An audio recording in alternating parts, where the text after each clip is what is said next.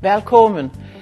Jeg skal fortælle til jer nærmere om Grint, og jeg skal sige fra om Grint og Grinteveje. Og det, som jeg har valgt at tage vi, er udbredslen af Grintekværlen, kussestøvet er Grintestånen, vejetristet, om der er for højt imod til stånen, drabshotter, medingen er Grinten, og kosnægt høst og spik, fire kvøn indbygge og djøk nogle årene. Fist om udbredsle og støt af stånen. Vi har den langbøgsleje Grintekværl her til Åkon, og hun findes her i det blå øtje heroppe, og at Sonnenfide hernede. Og i det kvide øtje tværs om jæren findes den stutbøgsleje Grintekværl. Hun ser helt ørvise ud, og her er altså næst et så bøgslet. Inden fire okreøtje, som vi okre Grintekværler ved at vejt. Her er vi her. Men der ser ud som om, at den længbøgsleje Grintekværl i Mirehavet er en sinter ørvise i en okre, og rejsende Grintekværl, som er ud for Spanien, lige mod Tenerife og Kanarerne. Og vi ved, at vi vidste, at Grintekværlen i ved Newfoundland ser ørvise ud, og ser ud til ikke at blande sig ved okre Grintekværl. Ved Newfoundland er især handkværlerne en meget længbøgsleje en okre, og tækker man kværler af så med langt, er hødt og svej langere ved Newfoundland, og kroppen er stittre imod til okre Grintekværl. Vi har gjort en stånsmeting af Grintekværlen inden for Sirskeløtje, og der er talt op i 1946, 95, 2001 og atter her i sommer 2006. Og man har regnet ud inden for øtjet her, at stånden rummer 688 Grintekværler. Og det vil sige, at det er en nøgt, som vi vejer af. Om Grintekværlerne, som vi vejer, bær findes inden for landgrunden til Åkon. Så kan man ivest ud, om ikke vejetristet er for højt. Og for kandet her har vi sat satellitcenter af Grintekværl, for suttje kvartefærer. Vi suttje, at førjer er ægtlige lydel imod til det øtje, som Grintekværlen færer. Vi har landgrunden her, og Grintekværlen færes længt udenom. Frem mod det nordre og frem mod det Øster-Island. Her var første ferie, vi satte center i 2000, og vi ændretog succesen i 2004. Her hielt centerne en center langere, men at det særme bøjlet, I var mod Bergen og I var mod Segsfide. Og i enden lørdag heroppe, gør det åbenbart til at være nækva fisk at finde 4 Grintekværlerne. Om man så skal kende vejetrisje, om man vejer for nækva kværler, så har man en god mening fra grintesælerne, fra grintehaktølene, som er helt en af standarderne her i landet. En grintesæl siger fra navnet er kværlvåndet, køn derve grinten kjemel, tærl er kværlund, og medingen er køn stærke kværl i skin, til at tage det optimalt. Og der hæver man faktisk fra næsten 150.000 kværler. Medingen er grinten, skjold atle grinten i skin, der hæver man fra atle grintene, og så grindebøjdet ud skin eisne. Der som grintehaktøllen viser er kurven her, og man ser, at der her øjelige forgrinteveder, haktølene mangler fra 1584 og frem til Gabelstuen startstod i 1648.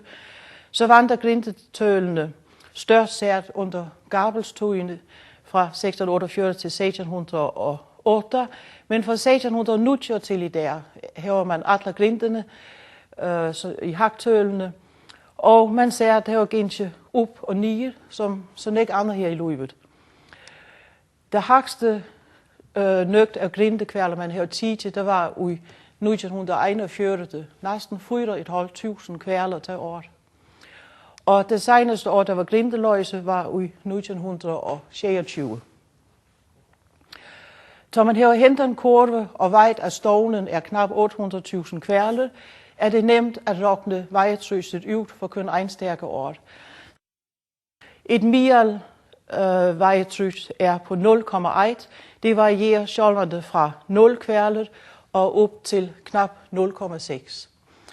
Fra udrokningerne vider vi eisen, at hæver man en buderdykke stone, som grindekværle stone må sige sig ved, så tåler der en buderdykke stone er en tandkværlet, så tåler der et vejetrys på 2% om året. Men der er meget, man kan æde sig i køkkenet, og eisende mejder, som hæver nærskers før jer.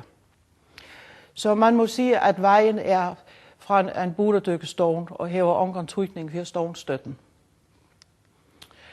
Kurse støvler hæver grintene så væder, som hæver lagt benene her i førjorden. Man ser, at det er gænser fra sjolvande en kværl til 1200 kværlet. Og den største grind her, 1200 kværlet, var i Mjøveje i 1890. Og der tog flere der at dræbe hen den grind. Det sejns var driben i Sandevore. Og man ser eisen i hagtølene, at inden for en tujerskej på fyrsten der, kom der 2000 kværle til vårøjtene. Og man ser tydeligt, at sysselmærvene er blevet meget og meget må. Handskriften vakler meget, som tujen gænker for kun grind, hvad det kommer frem til. Den næststørste grind var konfirmationsgrinden af Sande i oktober i 1914. Der slog ud ved 8. væve, så det meste brunde folk slap ikke af 8. ved kværlerne. Og det nummer 3 er en klaksvisgrind fra 1629. Mial-grinden er på 136 kværlet. Men man ser eisner, at der har været knap 30 grinder ved bare en eneste kværl. Nær kommer grindene som dyrk nogle året. Og man hæver hårsæson her i august ved Øvlersøgetøj og minimum i mars. Man ser, at der er forskådet immun til ljóset. Der er jo mærsket her ved juletøj og ljóset her i juni. Og der må jeg jo nærke at gære vi kurser grinden fæderst og kanskje eisende føen til grinden. Altså høkkeslokkerne og svartstjafs og guldlaks og søvdet. Og man så tækker hårsæsonen fra juli til oktober, og her var tallet af kværle, der har lagt benene her, så ser man, at der er en øjelig hårsæson ved de fleste de fleste kværlerne har lagt benene den 16. august. Knap 4.500 er det, den der. Og der vil sige, der er øjelig vandremidjel, eller der må at være grindekværl i førisk øtje her i midten af august, eller at der må være virkelig næk af kværle sjolvande ude i det føriske øtje. Og der var jo vist vi her tal af grinde imiske dage. Og den 19. august, dyrk nogle ordene, her var 26 grinde lagt benene. Nummer 2 af pladsen er den 12. august. Og vi så i hjørne, at 16. august var den der flest grinte var kommet til, eller flest kværler havde lagt benene. Men der timer først ind som 3. pladsen, og må bryde der ved 3. august. Men august måned, her var der været nækva grintet. Man ser eisende, at der er 38 dage i året, hver bær, der er ikke grint her ved det. Det er ikke altid, at den første grind kommer i januar måned, som han gjorde her i 2006. Så den første grind er kommet i året, er kommet fleste fer i juli måned.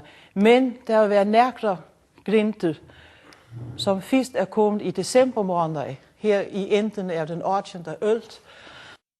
Og første grind i året er kommet i november måned, i samme tujerskej og i 1925.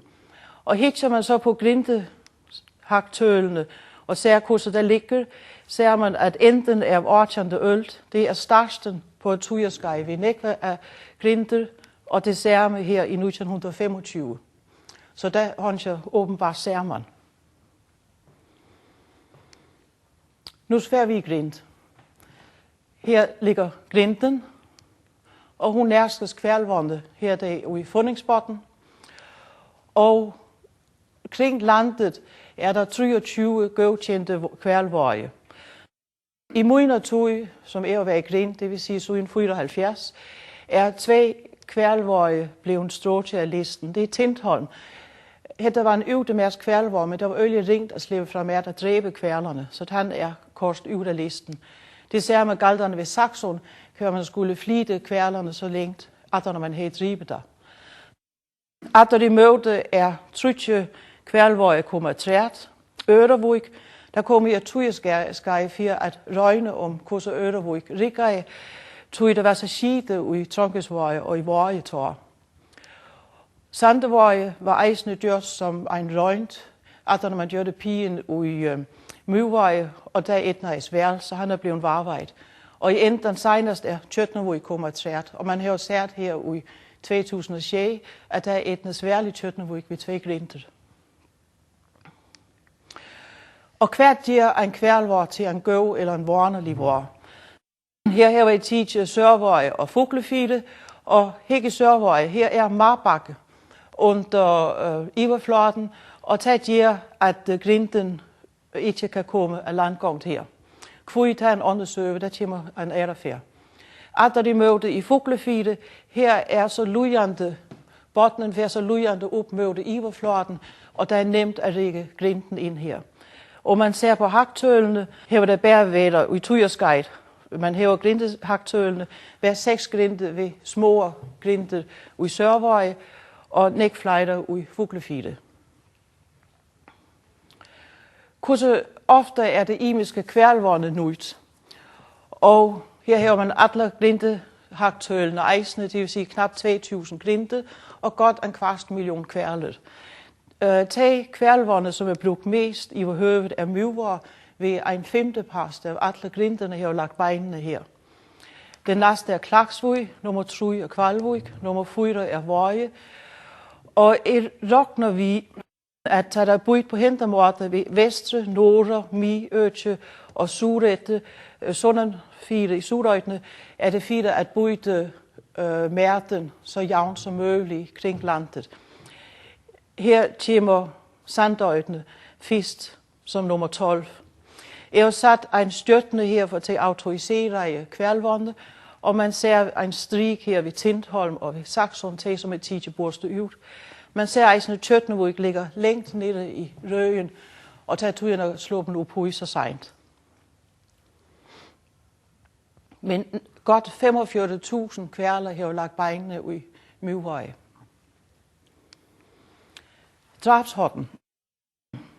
Her nærskes vi havnen, og her er folk midt i drabet. Og til redskaberne, de bruger, der er sokneronklen, vi hæver her, som er kvass i enden, eller kvæsset i enden, og som man køjder ud i kuglerne. Der har hamprejb ud, men der tog ikke videre sådan ikke. I der hæver man eisende blåstreonklen, som er nudt, og som man krøver ned i nærkasetje, der sidder ved siden af blåstrehullet. Og at han har så ved kværlen ikke satter. Og så har man grinteknuven her, hvert er tid som min ægnevis, som er æglig sliden. Og hvert giver man fra høtterne skal stå kværlen skæder. Og Justnes Olsen Djøderlagene har organiseret sammen ved Bjertingerfæløene i Kværlvånde og få haktøl frem i ved strabet. Her har man bruger sokneronklen her, at man hæver onkel til skur og tager en vis tøj, og tager man høgger sokneronklen ud kuglerne, så vil kværle den satter. Så hæver man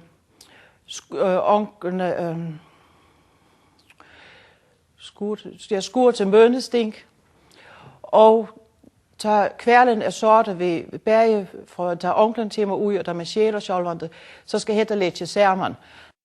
Og her rokner man Ud, altså hälften af grinten har lagt benene, så er det højere til statistikken. Og hälften af grinten har lagt benene på knap 1 minut, og mere drabstuen for kværl er omlag 1 minut. Og man atter i møde bruger blåstreonklen her. Så ser man, at grindekværlen har 2 luftsække her ved siden af blåstrehullet. Her har justnes skåren en kværl i døgnet. Man ser kuglen her, hejleren og beinergrinten, og man ser blåsten her og sætjen her, så man krøjter blåstreonklen ud. Her vi minker man om drabstøjen. Tøj ved blåstreonklen vil kværlen ikke sater, så man skal ikke råkne onkel til skud upøj, men bare skud til mønnesting. Så der tækker stitre tøj at få løbet af kværlerne. Så hälften af flokken er driben, er der gen til 20 sekunder i mial, og mial aflødningertøjen for en kværl er knap 1 minut. Metingen. Her meter folk en kværl, og man morder ved grindemålet her. Morder man longden er den past man æter, det ser ud æge ud godt, og henten past vil just til vægt. Der ved der tog, at grindemålet er bøjt logaritmisk, så der første skin er langere end det næste end det tredje. Der ser man eisende tydeligt på henten her og vi her, som stammer fra fuglefile. Og der er et næft samband her i midten sjølvande skin og vægte af kværlen, som viser, at skinnevidet er en vægtegnet. Her er fra 620 kværler, som vi har via hejle, og her var så skrivet skinnevidet 9 til, der højder til kværlen. Grindemålet her. Her var vi for at få en mening om, hvordan størst et skin, hvordan ikke et skin via. Her var vi via tvøst og spik fra 32 kværle. Der var hånet og der var handel. Der var skinvide fra et halvt skin til 22 skin. Der var lejfstre og kvølpe og voksne kværle. Og mittelen kvindfiskerne var der nærker som mjølker, nærker som var kvittne, nærker som var kvørtje, for at få en mening som et miel fra en grind. Og der viste sig, at et skin sværede i miel til 72 kilo, 38 kilo tvøst og 34 kilo spik. Spik er så tungt, der husker man ofte ikke om. Man har hørt, at hesseviderne var 50 kilo tvøst og 25 kilo spik. Og der kan man nemt få, hvis man morder en lille lejftre, til spiket er så tungt på nyfødingerne. Men i mial er der 34 og 38. Så er 20 skin, der var en titlen, og Sambergs grindereklegeren er en titlen mordet ud af i godt, 5 danske alen, 20 føtter, eller 3 meter og 14. Og løgfrøsligt, en titelfiske sværere til en kaldfiske. Hannerne var jo større og langere, men yngre end hånerne. Omlag 28 år, omlag 6 meter og omlag 2 tons. Det er en titelsfisk. Vi har så røgnet, hvordan sambandet er middelen, mål og kværl. Her er fra 2 grinde, en i havn og en i lægen. 2 var der ikke kværler, som var større end 13 skin. Men her har vi måttet totallængden af kværlen, længden ud af i godt, og skinnemålet, eller grindemålet, som var brugt i lægen og i havn her. Og man ser, at længden ud af i godt passer øjeligt pænt, ser man ved grindemålet, men grindemålet giver en sinde for højt vide immun til længden. Men oplunerligt var grindemålet slet ikke gjort til længden af kværlen, men til kosenækpotter og lys, som man fik borstet ud kuglen. Så det har for så vidt også, er der stort lidt, at det har så godt samband. Vi støtten og væksten af kværlerne. Der er imod alle grindemålene op kring alt landet hvert der fjørte. Men i der er mit landet henterne her for fuglefide, kommer der træet, og det er jo ejsende i Tjøtnevuk her, og der findes jeg et grindemål, så der flejder til i der. Opbrun og grindemålet var gjort af Hans Christoffer Ritche i Sandeborg, og der håndte jeg ind af bygdesavnet i Sandeborg, der blotner en firman blærke der ud af en lastbil, man skulle i grind, men der så lappet særmen og håndte af bygdesavnet. Og kvørte for et grindemål blotner, her var sysselmanden liste i, hvor kunne snække 2 centimeter, man skal gøre et nyt etter. Så der var fjørtet i landet, og fjørtet for op til Sejan Shin. En helt upært her, at der er Orjan Shin, og en eller anden årsag, så her fundingsbotten mangler 19 Shin, men her var 20 Shin vi. Det var glemt at sætte mærkes 20 til. Så er der nærkler, som fer op helt til 31. Der var 2 mål i Vorje, en til fer til 30 og en til 31. Jeg er ikke klart i, om det ville, her var hokso, at det ville røgne, der bruger der til Døklingevej. Døklingevej støtter en grindekværlerne. Samståndes her var man, at Formien fer op til 22 skin. Og så her var man i Vorje og Heimer Sante, her var man holdskjensvide, vi ejsene. Der her var man i Vorje, og en af i Sante fik man en sysselmærvel fra Sude, som tog grindemålet vi, og tog her var grindemålet af Sante, ejsene holdskjensvide vi. Og af en eller anden årsag, her var Formiens målene holdskjen fra 12 til 20. I det hele tid er Formiens målet øjeligt stutligt, men der må bruge til en æderfærd. Kusnæk tørste spik, her var en finche borste udtjøk nogle ordene. Her er man ved at bryde det op, og her må jeg komme ved en retning til den første firlæste udspætje, som Jon Paul Jonsen hældt om grindebrydet. Han sagde, at stjøvnen for Nottogrippesavn fik fast past, men der fær hun altså ikke. Så er der sagt. Her har man folketallet i Førjun fra 1609 og til i der. Og her var man så grindehaktølene, ejsene fra 1609. Alligevel, det er godt 1800 grinde. Der er bare 68 grinde, som man hæver fra 1500 og Frydorf og ind til 1648 til Gabelstuen begyndet. Og 250.000 kværlet. Bryder man så folketallet op i kurven her, før man hætter henter et mint borste ud. Hætter kostet kilo, man har fint til borste ud per indbygget. Man ser, at i mien er 1800-tallet, kan der være så øje næk af kværle og få af folk, næsten 200 kilo per folk. Man ved, at man eksporterer grindetøst til minkfarm i Nordre, og man har givet nætene iverskådet at æde. Jeg ved ikke, hvordan mjølken her smager tår. Og i der kan vi have næsten 50.000, er det sjovt ikke næk per folk. Jeg vil endte hente 4 liste via vise hesse frygende mint fra Borns Atlas. Vi netten, der stender i hotnet af Borns Atlas, han måtte følge op, og hætter fra 1693. Hætter brylet viser så næk om grind. Der viser, at der er en grind, og det er hårsæson. Folk hotcher. Folk er færdige lige for at tage imod grinden, så det er landgångt. Borden ligger i halvcirkel rundt om. Der eneste mulighed er, der er motorer og i der. Af gammel side åbner man Charleshulen for at blive fangen velkommen, og bøtten til ejsende lut som i der. Tak for det.